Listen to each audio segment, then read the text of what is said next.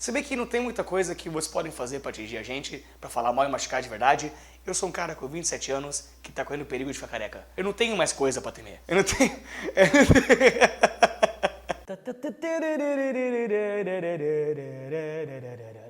Hey brother, what's up? A Índia, o país, era uma colônia inglesa desde 1857 até 1947. Um grande motivo que ela deixou de ser colônia foi por causa de um revolucionário chamado Mahatma Gandhi. Mahatma Gandhi foi do mal pra caralho.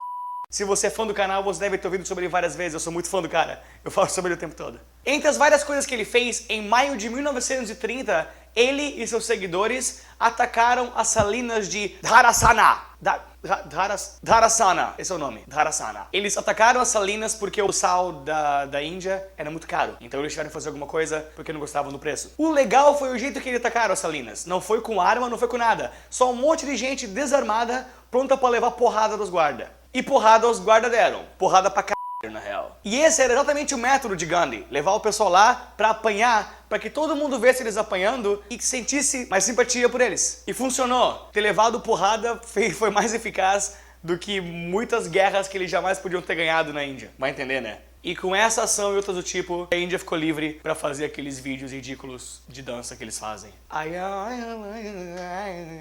Ser pacífico funcionou mais pra Gandhi que qualquer guerra, qualquer batalha que jamais podia ter funcionado. Por que eu digo isso? Porque tem muito a ver com a gente, na real. Quando nós começamos esse programa, começamos isso aqui com o intuito de corrigir os vários erros que professores faziam quando ensinavam aulas de inglês. Para nós, na nossa concepção, alguns deles eram, e alguns deles ainda são, charlatões na real. Não queriam se aprofundar, sabiam que algumas regras não faziam sentido, mas ensinavam assim mesmo, e isso acabava sendo detrimental. Detrimental? Não? Detrimental. Tá, se não existir alguém no comentário vai dizer que eu não sei o que eu tô falando. Então, whatever. Mas algo inesperado começou a acontecer. Nós começamos a receber apoio de professores de inglês. Pô, que legal! Um abraço, cara, para aqueles que amam the craft, né? E que estão fazendo o melhor para estar da melhor maneira possível. Mas mesmo assim, nós ainda temos de continuar cumprindo o dever que nós temos de, sabe, reensinar alguma dessas coisas que são vistas de maneira menos produtiva do que poderiam ser. Ok, agora que eu fiz as pazes o suficiente, vamos falar sobre o verdadeiro motivo que nós fizemos esse vídeo, que pode entrar em conflito com professores de inglês que são amigos nossos, por isso que tivemos que fazer esse prefácio, né? Acontece que no meu tempo no Brasil, muitas vezes eu tenho ouvido que a diferença entre duas palavras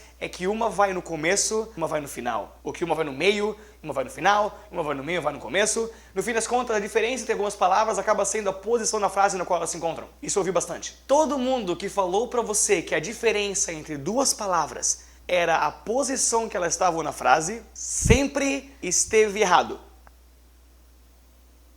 Sorry.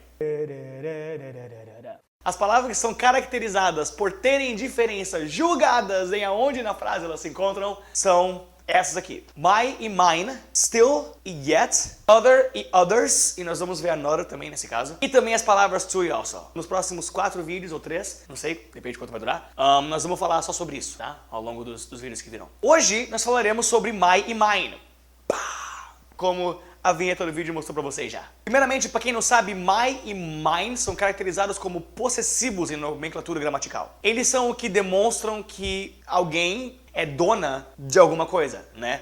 My e mine são usados para traduzir o meu, primeira pessoa. Tem possessivos para todas as pessoas, se você tem um certo conhecimento no inglês, você sabe disso, né? Aliás, eu vou pro lado para mostrar algum lugar aqui. There you go. Os diferentes são my e mine, e outros diferentes são como seguem: your and yours, his não muda, her, hers, its continua sendo its, our vira ours, your vira yours, de novo, para de vocês, e their vira theirs. Na real, como vocês podem ver, my vira mine, mas todos os outros só ganham S no final, a não ser por aqueles que já têm S, que não sofrem mudança nenhuma, porque o inglês é de boa, assim. Especificamente, a diferença entre my e mine em termos gramáticos seria que my é um adjetivo possessivo e que mine é um pronome possessivo. Pode funcionar para alguns professores que você conhece, alguns podem fazer um ótimo trabalho ensinando gramática, mas eu abomino a ideia, eu não suporto, cara. Porque você fala português e você não precisa saber gramática em português, mas não acabou contigo? Tipo, por exemplo, você sabe o que é um indicativo pretérito mais que perfeito? Ou sei lá, um subjuntivo presente? Não? Na real, eu espero que não. Cara, a vida é curta demais para saber o que as palavras significam. Mas estranhamente você consegue falar português. Então eu não sou muito fã disso. Se funcionar para alguns professores, cara, go crazy with that shit. whatever, mas eu uso outra explicação. Falando em outra explicação, eu já ouvi que my vai antes do verbo e mine vai depois do verbo. O exemplo citado seria this is my car, com a palavra my, e com a palavra mine seria the car is mine, uma frase no qual o is está antes do verbo, que funciona, bonitinho. Mas é muito fácil descobrir frases na qual isso não é mais o caso. É muito fácil você entrar um pouquinho mais aprofundadamente. É muito mais português. Como, por exemplo, no belíssimo poema de Rudyard Kipling chamado If, uma pérola da literatura em inglês. Procurem esse poema, é muito lindo, e a penúltima linha dele desprova essa regra. Yours is the earth and everything that's in it. And what's more, you be a man, my son. Motherfucker! Oh! É muito lindo! Mas tá, ok. A primeira palavra da linha que eu falei é yours. Yours com S. Pra quem lembra, a segunda versão, aquela que é pra ir depois de um verbo, mas não tem nenhum verbo que tá antes da palavra yours. Yours é a primeira palavra da frase inteira. Por que foi yours? Né? Isso totalmente sai dessa regra que é usada para explicar a diferença entre my e mine. Eu não precisei ir tão longe, eu só tive que pegar um dos poemas mais celebrados da história da língua inglesa. Simple. Existe uma maneira muito mais simples de ver a diferença entre essas duas palavras. Nós vamos mostrar para vocês agora. Considere essas duas frases. A primeira, my house, e a segunda, the house is mine, ambas têm algo em comum. A coisa que é minha é a casa. Agora eu faço uma pergunta para vocês. Na primeira, a coisa que é minha está colada na palavra minha? Sim. Na segunda, a coisa que é minha está colada na palavra minha, que nesse caso fica sendo a versão mine? Não, né? E essa é a diferença. Ou seja, um possessivo vai estar na sua versão original, my, your, his, her, our, my, your, his, her, it's, our, your, there, quando tiver com o possuído colado nele em algum lugar. Se isso não acontecer, se tiver alguma palavra entre eles, ou se o possuído ou possesso, exorcismo, possesso, não, tá. Se isso não acontecer, se aquilo que é possuído não estiver colado no possessivo, ou se nem estiver na frase, ele vai ser alternativo. Só. Vamos ver outra frase.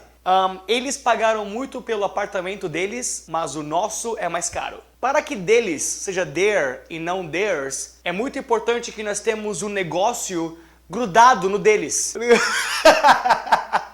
E nesse caso, se encontra apartamento deles, está logo ali. Vocês podem ver na frase que o Borba certamente colocou aqui do lado. Já que existe essa conexão, a palavra deles tem o seu possuído totalmente próximo a ele, então vai ficar original. There. Yeah. Agora, no fim da frase, o nosso é mais caro. Mas ele não está logo depois de nosso, né? Não diz nosso apartamento, diz só nosso. Nesse caso, a palavra nosso não tem aquilo que ela possui do lado. Não está grudado, então esse nosso vai ter que ser ours.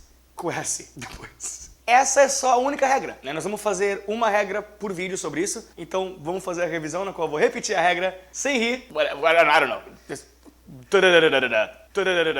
My e mine é muito conhecidamente explicado pela posição em qual cada palavra está na frase. Isso não é o caso. Existem muitas vezes que a palavra mine pode estar no começo ou no meio. Então não funciona desse jeito. A melhor maneira de ver quando que o pronome possessivo ou adjetivo possessivo existirá, quando que vai ser my ou mine, quando que vai ser your ou yours, ou her ou hers, é ver se aquilo que está sendo possuído está colado nesse possessivo ou não. Se estiver colado, ele vai ser original, o my vai ser my mesmo, e todos os outros existirão sem o S. Se isso não acontecer, se o possuído não estiver do lado do possessivo, o meu vai ser mine.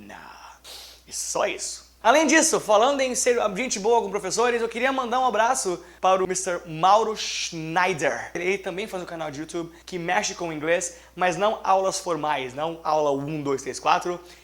God bless, continue doing your thing over there in Rio Grande do Sul and whatnot. Muito obrigado por ter assistido o vídeo. Se gostaram, cliquem em gostei, curtam no Facebook ou no YouTube, no nosso Twitter. Coloquem esse vídeo no seu mural do Facebook para que outras pessoas vejam se vocês acham que seria uma boa distribuí-lo. Muito obrigado para aqueles que já o fazem. Thank you so much. And that's it. Então, para terminar, I'm Mr. Maya, behind the camera, Mr. Borba. Peace and stay strong.